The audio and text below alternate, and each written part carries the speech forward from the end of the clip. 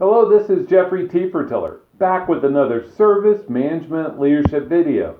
Today's video is the 10th in our series on standing up or establishing a SMO, a service management office. And I want to talk today about considerations before establishing a SMO. I have a lot of material, so if I talk fast, please excuse me.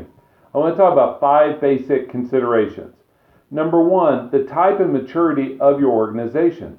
Are you a technology organization, consumer products, manufacturing, whatever it is? For example, a new technology startup will have very different process view type of organization than a manufacturing. That makes sense, right? Startup technology is worried about how do we get it into implementation as quickly as possible, the first viable product. That's our first consideration. The second is understanding the service management maturity of an IT organization. It's necessary to establish a baseline. And when we talk about baselines, we're talking about, okay, we're going to build up from this baseline.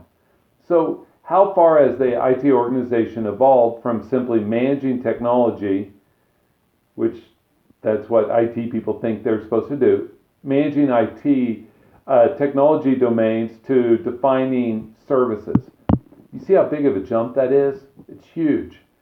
Also, the more service-oriented the organization, the greater the need for service management, processes, the full program, just so we can have consistent delivery, consistent support for these services. Third, we need to understand the process utilization and the underlying process gaps, determining the process scope and the capability of the SMO. Do you hear process? We understand the process utilization, the process gaps, just so we know what the scope, I tried to make a box, a scope of our SMO should be.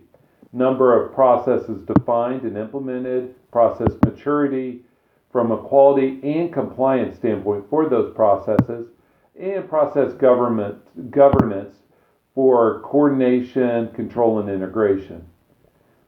Fourth, understanding the organization's capability and structure is needed to ensure the success of the SMO and what's the right makeup of the SMO. Is the organization's needs and capabilities such that they can handle having a strong SMO, or do they need a weaker one?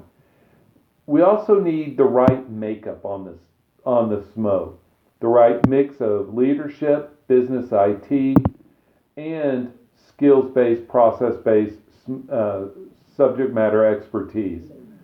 And we also like some degree of organizational change represented in there, in the SMO, because our SMO needs to be evolving, needs to create change. And lastly, I told you I was talking fast in this one. These are considerations that you need to think through before establishing a SMO. Lastly, IT and sourcing strategies need to be included and to be the focus, as well as the strategy of IT needs to be included and focused before we set up a SMO. The SMO is relevant especially when parts of IT are outsourced, because we need tightness. You've seen this on many videos. Our processes need to be tight when we have outsourcing. We also need to be integrated between our outsourcing or partners or suppliers. And lastly, the way we design and define services needs to be included. I raced through those 5 considerations before establishing a SMO, and hope you'll forgive me, and I think this is very valuable for you. This is Jeffrey T. Fertiller. Thank you for joining us on our YouTube page. Please like or share the video. Subscribe to our channel. Leave me feedback below. I'd love to hear from you, and feel free to connect with me on LinkedIn. Jeffrey T. Fertiller. I'm easy to find. And I hope you have a great day. Bye.